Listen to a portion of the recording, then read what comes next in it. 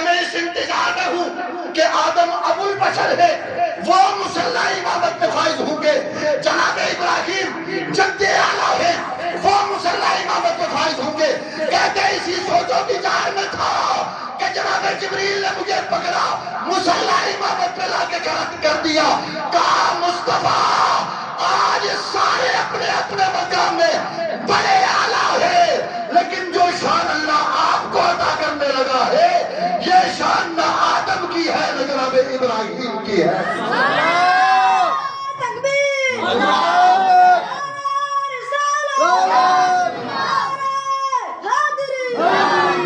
معراج مصطفیٰ۔ گرامی القدر حضرات، تو میں نے کیا کہا، اس بات کو ذہن میں رکھ کے بیٹھیں کہ یہ خزانہ ہمارے حصے میں آیا، سبحان اللہ، یہ خوش قسمتی ہمارے نصیب میں آئی، یہ اللہ نے ہمارے اوپر کرم کیا۔ اور جناب موسیٰ جیسا پیغمبر دعائیں کر رہا ہے، جناب عیسیٰ روح اللہ جیسا پیغمبر دعائیں کر رہا ہے، لیکن اللہ نے ہمیں چنا مصطفیٰ کے لیے اور مصطفیٰ کو چنا اپنی معراج کے لیے۔ کیا یہ کسی اعزاز سے کم ہے؟ بولو نا یار سارے، کسی اعزاز سے کم ہے؟ نہیں۔ تو بس پھر اس بات کو ذہن میں رکھے تو یہاں مسجد میں تشریف فرماؤ اور خوش ہوں کہ جو مقام اللہ نے 1.25 نبیوں کو نہیں عطا کیا، وہ مرتبہ اور مقام اور وہ شان اور وہ عظمت اللہ نے تیرے میرے نبی کو عطا فرمایا۔ اور سنو، میں جب نیچے اتر رہا تھا تو ایک بچہ نعت پڑھ رہا تھا اور وہ مصرع پڑھ رہا تھا کہ اپنا جانا اور ہے اور رب کا بلانا اور ہے۔ بات سمجھ رہے اس کو؟ آئیں ذرا قرآن کی آیت سنیں جو میں نے موضوع سخن بنائی۔ اللہ قرآن میں فرماتا ہے سبحان، پاک ہے وہ ذات، سبحان الذی، پاک ہے وہ ذات۔ توجہ سے سننا، انشاءاللہ العزیز آپ کو سکون آئے گا۔ اسرا، جس نے حالت بیداری میں رات کو سیر کرائی، سبحان الذی، پاک ہے وہ ذات۔ اسرا، جس نے حالت بیداری میں سیر کرائی، بعبدہ، اپنے بندہ خاص کو، لیلاً، رات کے تھوڑے سے حصے میں، من المسجد الحرام، مسجد حرام سے، الی المسجد الاقصی، مسجد اقصی تک۔ بات سمجھا گئی؟ اچھا ابتدا میں بات کروں، بات میں شاید میرے ذہن سے اتر جائے۔ معراج کا یہ جو پورا واقعہ ہے، پورا واقعہ، اس کے 3 مراحل ہیں۔ کتنے مراحل؟ 3۔ ایک مرحلہ جو میں نے اس آیت مبارکہ میں پڑھا، سبحان الذی اسریٰ بعبدہ لیلاً من المسجد الحرام الی المسجد الاقصی، مسجد حرام سے مسجد اقصی تک، اس کا انکار کرنے والا دائرہ اسلام سے خارج۔ کیوں؟ اس لیے کہ یہ نص قطعی سے ثابت ہے، اور نص قطعی کا انکار کرنے والا دائرہ اسلام سے خارج ہو جاتا ہے۔ اب مسجد اقصی سے پہلا آسمان، دوسرا آسمان، تیسرا، یہاں تک کہ 7واں آسمان، اور 7 آسمانوں سے آگے سدرۃ المنتہا، یہ دوسرا مرحلہ ہے۔ پہلے مرحلے کو اسرا کہتے ہیں، دوسرے مرحلے کو معراج کہتے ہیں، اور تیسرا مرحلہ سدرۃ المنتہا سے لامکان۔ آسان لفظوں میں یہ کہہ دوں تو اللہ کے انوار و تجلیات میں گم ہو جانا، اسے کہتے ہیں اعراج۔ اسے کیا کہتے ہیں؟ اعراج، الف عین رے الف جیم، عروج بھی کہا جاتا ہے اس کو، اعراج بھی کہتے ہیں۔ پہلے مرحلے کا انکار کرنے والا صراطاً کافر، دوسرے مرحلے کا انکار کرنے والا گمراہ، اس لیے کہ رسول اللہ کی بے شمار احادیث مبارکہ جو حد تواتر کو پہنچی ہوئی ہیں، ان احادیث سے یہ ثابت ہے کہ مصطفیٰ سدرۃ المنتہا تک گئے ہیں، اور اس سے آگے جو ہے وہ بھی رسول اللہ کی حدیث مبارکہ سے ثابت ہے۔ لیکن تیسرے مرحلے کا انکار کرنے والے کے بارے میں علماء کا یہ نظریہ ہے کہ نہ وہ کافر ہے نہ وہ گمراہ ہے، بلکہ گناہگار ہے۔ کیا جی؟ گناہگار ہے۔ اب ذرا آؤ قرآن کی آیت کی طرف توجہ، تھوڑی دیر بات سمجھ لینا، آگے کوشش کروں گا کہ آپ کے ذوق کے مطابق بات چلے، لیکن بات سمجھنے کی ضرورت ہے نا یار۔ سبحان الذی اسریٰ، پاک ہے وہ ذات جو اپنے بندہ خاص کو لے گئی۔ اب اس میں محدثین یہ کہتے ہیں کہ اللہ رب العالمین نے، حالانکہ گئے تو مصطفیٰ تھے، ہونا تو یہ چاہیے تھا کہ مصطفیٰ کا ذکر ہوتا کہ مصطفیٰ آئے۔ دیکھیں نا، ہمارے پاس کوئی بندہ آتا ہے تو ہم یہ نہیں کہتے کہ ہم نے بلایا، بلکہ ہم کہتے ہیں کہ وہ ہمارے پاس آیا۔ اب مصطفیٰ گئے رب کے دربار میں، ہونا تو یہ چاہیے تھا کہ اللہ کہتا کہ میرا محبوب میرے پاس آیا، لیکن اللہ نے یہ نہیں کہا کہ میرا محبوب میرے پاس آیا، بلکہ یہ فرمایا کہ پاک ہے وہ ذات جس نے اپنے بندہ خاص کو اپنے دربار میں بلایا۔ یار بات سمجھے نہیں آپ؟ سبحان اللہ، بات سمجھے نہیں؟ اگر سمجھے تو پھر محبت سے کہیں سبحان اللہ۔ عقل انسانی اس چیز کا تقاضا کرتی ہے کہ مصطفیٰ گئے رب کے دربار میں، ہونا یہ چاہیے تھا کہ اللہ کہتا کہ میرا محبوب میرے دربار میں آیا، لیکن اللہ نے یہ نہیں کہا۔ اللہ نے کہا پاک ہے وہ ذات جس نے اپنے بندہ خاص کو اپنے دربار میں بلایا۔ اب محدثین اس کے ذہن میں کیا لکھتے ہیں؟ وہ کہتے ہیں جناب اگر مصطفیٰ خود دعویٰ کرتے نا، آج آپ کو پتہ ہے بے شمار لوگ ایسے ہیں کہ جو واقعہ معراج کو نہیں مانتے ہیں۔ بعض آتے ہیں جس صبح ہوئی ہے، بعض آتے ہیں حالت خواب میں ہوئی ہے، بعض کہتے ہیں جناب والا ایسے ہی ہوگی رات کو، مصطفیٰ گئے نہیں۔ لیکن سنو ہمارا عقیدہ یہ ہے کہ مصطفیٰ کی وہ آیت، وہ حدیث مبارکہ، اللہ کے نبی نے فرمایا رأیت ربی فی احسن صورہ، لوگوں خدا کی عزت کی قسم میں مصطفیٰ رب کے اتنے قریب ہوا، ثم دنا فتدلی فکان قاب قوسین او ادنی، میں نے اپنے سر کی آنکھوں سے جی بھر کے اپنے رب کا دیدار فرمایا ہے۔ عقیدہ اور یہ نظریہ ہے، بات سمجھ آئی؟ تو اب محدثین یہ کہتے ہیں کہ اگر اللہ یہ کہتا مصطفیٰ میرے دربار میں آئے تو یقیناً ہر آدمی یہ سوچتا کہ مصطفیٰ رات کے تھوڑے سے حصے میں مسجد حرام سے مسجد اقصیٰ کیسے گئے۔ اب یہ جو لوگ آپ گئے مسجد حرام اور مسجد اقصیٰ جنہوں نے دیکھی ہے، یقیناً ان کو پتا ہوگا کہ اس کے درمیان کتنی لمبی مسافت ہے، کہ رات کے پوری رات میں جانا ممکن نہیں، مختصر ارشاد دور کی بات ہے نا، پوری رات میں جانا ممکن نہیں۔ عام انسان یہ سوچتا آپ کی اور میری طرح کہ مصطفیٰ رات کے تھوڑے سے حصے میں مسجد حرام سے مسجد اقصیٰ گئے کیسے؟ مسجد اقصیٰ سے پھر پہلے آسمان، دوسرے آسمان، تیسرے آسمان، چوتھے آسمان، یہاں تک کہ 7ویں آسمان پہ گئے کیسے؟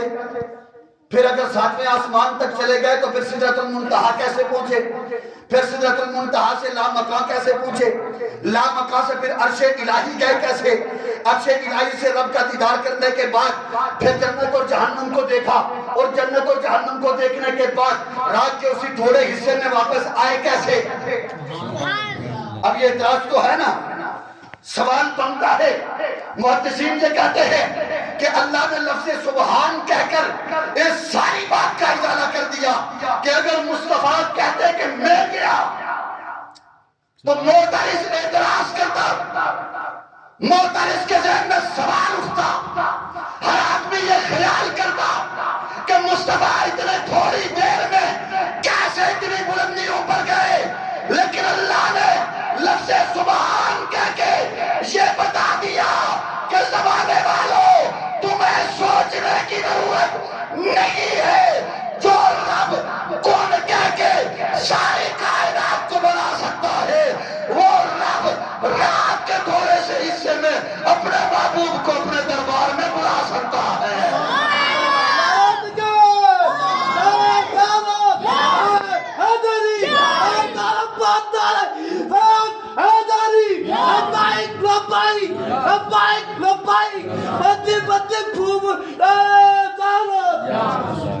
اچھا اختصاراً چونکہ وقت کافی ہو گیا، میں آپ کا وقت زیادہ ضائع نہیں کرنا چاہتا، چونکہ آپ لوگ تنہائی میں اللہ سے راز و نیاز کی باتیں کریں گے، عبادت کریں گے، لیکن یہ باتیں بھی بڑی ضروری ہیں، اس لیے کہ ان کا تعلق ہمارے ایمانیات کے ساتھ ہے۔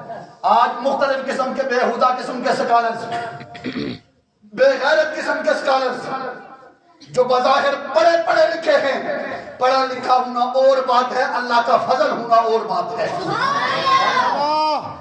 پڑھا لکھا ہونا یہ اور بات ہے، اللہ کا فضل ہونا یہ اور بات ہے۔ شیطان پڑھا لکھا تھا لیکن اللہ کے فضل سے معروف ہو گیا، بات سمجھے؟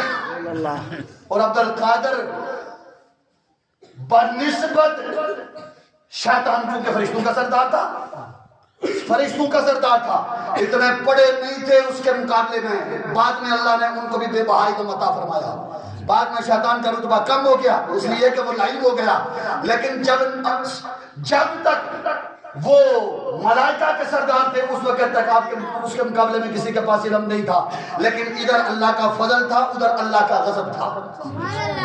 اپنے علم پہ کبھی ناز نہ کرنا، بلکہ اللہ سے دعا کرو کہ اللہ ہمیں اپنی رحمت اور اپنا فضل نصیب فرمائے۔ بات سمجھا رہی ہے؟ سبحان، اس کی اور بہت ساری وجوہات علماء نے لکھی، میں ان کی طرف جانا نہیں چاہتا۔ اسرا، رات کے تھوڑے سے حالت بیداری میں رات کو سیر کرائے۔ ربا سنیا تو نے اپنے محبوب کو رات کی تاریکی میں سیر کرائی، حالانکہ لوگ دن کو سفر کرتے ہیں، دن کو اجالا ہوتا ہے، اے اللہ تو نے اپنے محبوب کو دن کے اجالے میں کیوں نہیں سیر کرائی، رات کی تاریکی میں سیر کرائی؟ اس کی بے شمار وجوہات علماء نے لکھی ہیں، لیکن میں ایک ہی بات آپ کے ذوق کے مطابق کر کے بات کو آگے بڑھاتا ہوں۔ علماء لکھتے ہیں کہ گویا اللہ رب العالمین نے کہا کہ اے محبوب اگر میں تجھے دن کے اجالے میں سیر کرواتا، معراج کی دولت سے مالا مال کرتا، تو صدیق اور زندیق میں فرق کیسے کرواتا؟ صدیق اور زندیق میں فرق کیسے کر پاتا؟ سونیا اگر دن کے اجالے میں تو نکلتا معراج کے لیے تو جہاں ابو بکر دیکھتا وہاں ابو جہل بھی دیکھتا، جہاں عتبہ و شیبہ دیکھتے وہاں جناب عمر بھی دیکھتا، جہاں بڑے بڑے سرداران قریش کافر دیکھتے وہاں مصطفیٰ تیرے صحابہ بھی دیکھتے، اور تو اگر دن کے اجالے میں ہی واپس پلٹ کے جاتا تو جہاں ابو بکر دیکھتا وہاں ابو جہل دیکھتا، پھر تو سارے ہی تیری معراج کی تصدیق کر رکھتے۔ لیکن اللہ کے ہاں دیکھ کر تصدیق کرنے کا اعتبار نہیں ہے، اللہ کے ہاں ایمان بالغیب کا اعتبار ہے، اللہ کے ہاں ایمان بالغیب کا اعتبار ہے۔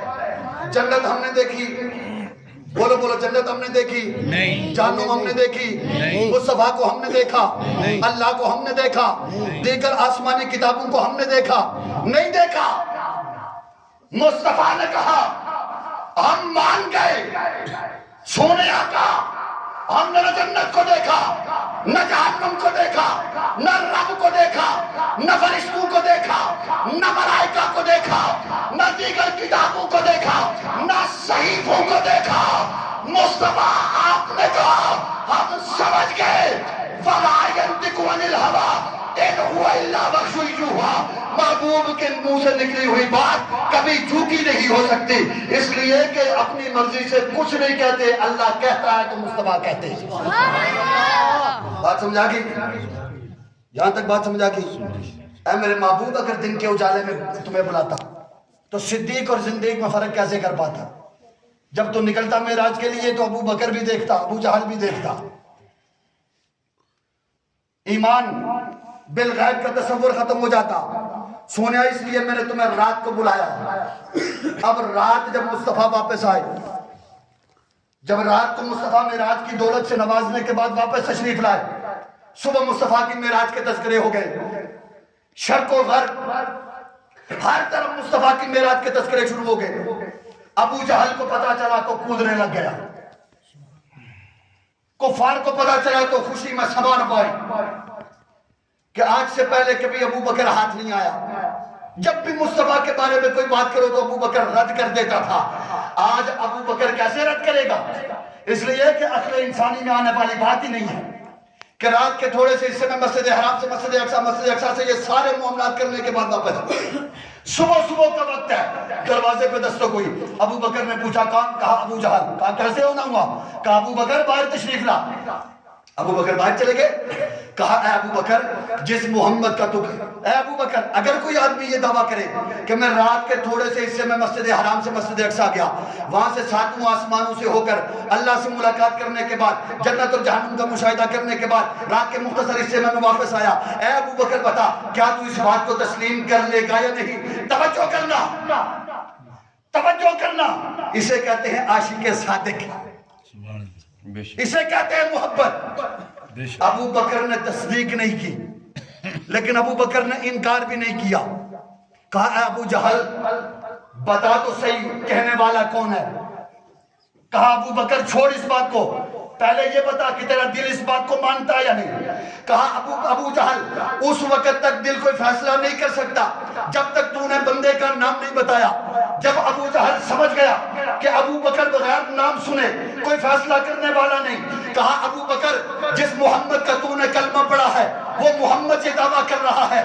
ابو بکر مچل گیا، ابو بکر تڑپ گیا، ابو بکر کی غیرت ایمانی کو وجدانی کیفیت میں مبتلا ہو کے ابو بکر لرز اٹھا، کہا اے ابو جہل صبح صبح یہ پیغام لے کے میرے دربار میں آیا ہے، اللہ کی عزت کی قسم کوئی اور کہتا ابو بکر سوچنے پہ مجبور ہوتا، لیکن اگر میرے نبی نے کہا ہے ابو بکر بغیر سوچے اپنے محبوب کی بات کو تسلیم کرتا ہے۔ بات سمجھ آئی؟ اسے کہتے ہیں عشق۔ اچھا اللہ نے جبریل کو بھیجا، ادھر ابو بکر تصدیق کر رہے، ادھر اللہ نے جبریل کو بھیجا کہ جبریل جا کے میرے محبوب کو بتا آپ کی تصدیق کرنے والے کو میں نے صدیق بنا دیا، آپ کی تصدیق کرنے والے کو میں نے ہمیشہ کے لیے صدیق بنا دیا، اور آپ کی تسلیم آپ کی تردید کرنے والا ابو جہل کو تا صبح قیامت کے لیے میں نے زندیق بنا دیا ہے۔ فرمایا یہ صدیق اور زندیق میں فرق بھی معراج کی رات ہوا۔ بھی عبدی ہی اپنے بندہ خاص کو، اپنے بندہ خاص کو ربا سونے یہ تیرا نبی، یہ نبیوں کا نبی، یا اللہ تیرا پیارا رسول، یہ رسولوں کا رسول، اے اللہ تو بھی نبی ہی کہہ سکتا تھا، بھی رسول ہی کہہ سکتا تھا، اے اللہ تو نے اپنے محبوب ترین نبی کو بھی عبدی ہی کہہ کر کیوں کہا؟ تو اس کا مختصر جواب اس کے بھی بہت سارے، لیکن چونکہ بہت سارے حضرات کی توجہ اور ان کی آنکھیں جو ہے وہ گھڑی کی طرف ہے اس لیے مختصر کر رہا ہوں۔ اس کے مراد یہ ہے، اتنی بات سمجھ لو کہ جب اللہ کی طرف سے کوئی اللہ کے بندوں کی طرف آئے تو اسے نبی اور رسول کہتے ہیں۔ جب کوئی اللہ کی طرف سے اللہ کی مخلوق کی طرف آئے تو اسے نبی اور رسول کہتے ہیں، اور جب کوئی بندوں کی طرف سے اللہ کے پاس جائے تو اسے نبی اور رسول نہیں کہتے بلکہ اسے بندہ کہتے ہیں، عبد کہتے ہیں، عبدیت کے ساتھ جاتا ہے۔ گویا مصطفیٰ گئے اپنی مخلوق سے اللہ کی طرف، تو اللہ نے اپنے محبوب کو نبی کہہ کر نہیں پکارا بلکہ بھی عبد ہی کہہ کر پکارا۔ اور دوسری بات، بعض لوگ کہتے ہیں نا کہ اللہ نے اپنے محبوب کو روحانی طور پہ معراج کرائی۔ اس عبد کا معنی لغوی اعتبار سے یہ ہے کہ روح مع الجسد، جس جسم کے اوپر روح ہوگی نا، جس جسم کے اندر روح ہوگی اسے عبدیت کہا جائے گا، اسے عبد کہا جائے گا، اس کے اوپر بندہ ہونے کا اطلاق ہوگا۔ بات سمجھ آ رہی ہے؟ اس لیے اللہ نے یہ بات ثابت کرنے کے لیے بھی اور معترضین کے اعتراض کو دفع کرنے کے لیے، دور کرنے کے لیے بھی اپنے محبوب کو عبد کہہ کے پکارا کہ اے زمانے والوں یہ مت سوچنا کہ میں نے اپنے محبوب کو روح صرف روحانی طور پہ معراج کرائی، بلکہ میں نے اپنے محبوب کو جسم کے ساتھ اپنے دربار میں بلا کر اپنے دیدار سے مشرف فرمایا۔ لیلن، رات کے تھوڑے سے حصے میں، بات سمجھا رہی ہے؟ لیلن، رات کے، توجہ کرنا بڑی مزے کی بات ہے یہاں پہ، لیلن، رات کے تھوڑے سے حصے میں۔ اب پیچھے بھی اللہ نے اسرا کہا، اور اسرا کا جو لغوی معنی ہے نا وہ یہی ہے کہ جاگتے ہوئے رات میں سیر کروانا۔ پھر اللہ نے لیلن کہہ دیا، رات کے تھوڑے سے حصے میں وضو کیا تو وضو کا پانی چل رہا تھا، کمرے سے باہر نکلے تو دروازہ ہلا، کنڈی ہلی، مصطفیٰ واپس آئے تو کنڈی ہل رہی تھی۔ تو مجھے رسول اللہ کی وہ حدیث مبارکہ جسے حدیث سے کچھ ہی کا درجہ ملا ہے وہ مجھ میرے ذہن میں آ گئی۔ اللہ نے فرمایا لولاک لما خلقت الافلاک، محبوبہ تجھے پیدا کرنا مقصود نہ ہوتا کائنات کی کسی چیز کو پیدا نہ کرنا، اور محبوب تجھے پیدا کرنا مقصود نہ ہوتا تو کائنات کی کسی چیز کو پیدا نہ کرتا۔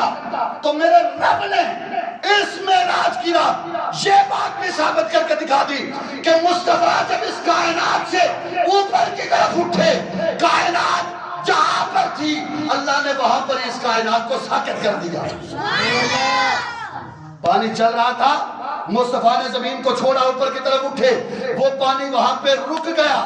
کنڈی ہل رہی تھی، مصطفیٰ نے اس زمین کو چھوڑا، قدمان مبارک اوپر کو اٹھے، ابھی وہ کنڈلی اپنی جگہ پہ رک گئی، مصطفیٰ واپس آئے، دنیا کا نظام وہاں سے آگے چلنا شروع ہوا۔ بات سمجھ آ رہی؟ یہ تیرے میرے نبی کی شان۔ آسان لفظوں میں یوں سمجھا دوں، 1 سال کے بعد بند گھڑی کے اندر سل ڈالو، جہاں پہ سل ختم ہوا تھا وہاں سے آگے گھڑی چلے گی۔ مطلب کیا؟ گھڑی کی جان کیا ہے؟ بولو بولو، گھڑی کی جان کیا ہے؟ سل۔ ایسے ہی ساری کائنات کی جان تیرے میرے نبی مصطفیٰ گئے، رات رک گئی، مصطفیٰ گئے، نظام رک گیا، مصطفیٰ گئے، کائنات رک گئی، مصطفیٰ گئے، پانی رک گئے، مصطفیٰ گئے، اللہ کا نظام رک گیا، اور مصطفیٰ واپس آئے، اللہ نے اپنے نظام کو وہاں سے آگے شروع کر دیا۔ یہ شان ہے تیرے میرے نبی کی۔ بات سمجھ آ رہی ہے؟ اللہ نے یہ شان تیرے میرے نبی کو عطا فرمائی۔ گرامی القدر حضرات، ٹائم کافی ہو گیا، اب میں آخری ایک خاص بات کی طرف توجہ دینا چاہتا ہوں۔ اللہ کا آپ کے اور میرے اوپر بڑا خصوصی فضل و کرم ہے، اور کوئی فضل ہو نہ ہو، ہمارے لیے سب سے بڑا فضل یہ ہے کہ اللہ نے ہمیں اپنے معبود کو امتی بنایا۔ آپ نے سوشل میڈیا کا دور دورہ ہے، ایک پوسٹ دیکھی ہوگی کچھ دن پہلے، ہمارے تحصیل ڈیرکوٹ کی ہے کہ تحصیل ڈیرکوٹ کا ایک نوائی علاقہ ہے، وہاں پہ ایک ماں روتی ہوئی ایک سکول میں گئی، اور وہاں جا کر ٹیچر کو بلایا، اور ٹیچر کو بلا کر اپنی رویداد سنائی۔ ٹیچر اسے لے کے آفس میں چلی گئی اور کہا کہ بہن کیوں رو رہی ہو، کیا وجہ ہے؟ تو اس بہن نے کہا کہ مسئلہ یہ ہے کہ میرے بچے جو ہے وہ آج 3 دن سے بھوکے۔ بات سمجھ آ رہی ہے؟ کہا 3 دن سے بھوکے، اور وہ بچے وہاں سکول میں پڑھتے تھے۔ کہا میرے بچوں نے 3 دن سے کچھ نہیں کھایا۔ اور یہ بات کہنے کے بعد وہ بہن زاروں کے تار رونا شروع ہو گئی۔